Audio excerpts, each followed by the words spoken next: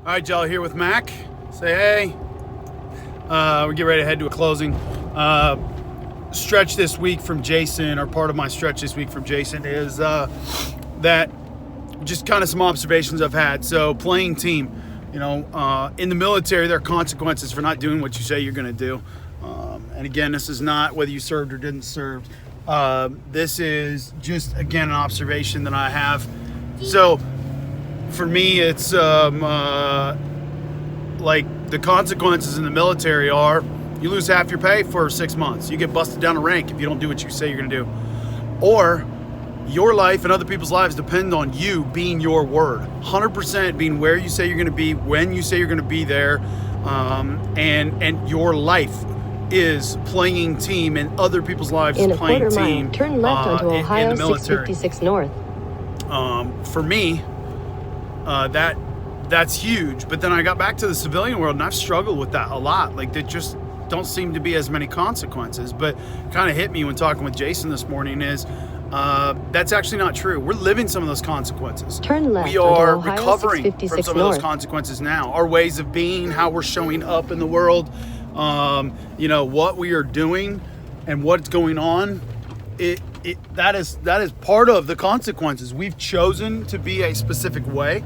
We've chosen to live a specific way, interpret things a specific way, and make our choices based off of that. North for 9 miles. But then now that we're all in, VIP and everything else, guys, there's a scorecard, and that is keeping track of how all in people are, our consequences, and those things. And we got multiple scorecards. We got poster sales, we've got enrollments, and again, this is not a selfish thing. This is how much are we putting our heart out there? How much are we reaching out to those? Because the other thing on the scorecard is, and the consequences, just like in the military, it's playing team and being all in for your team. The consequences are our team is suffering.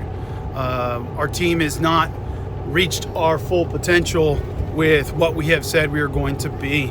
And I'm not satisfied with my numbers. I don't know if anybody else that has enrolled and is like sitting up and I've reached the numbers that I said I was going to for the team.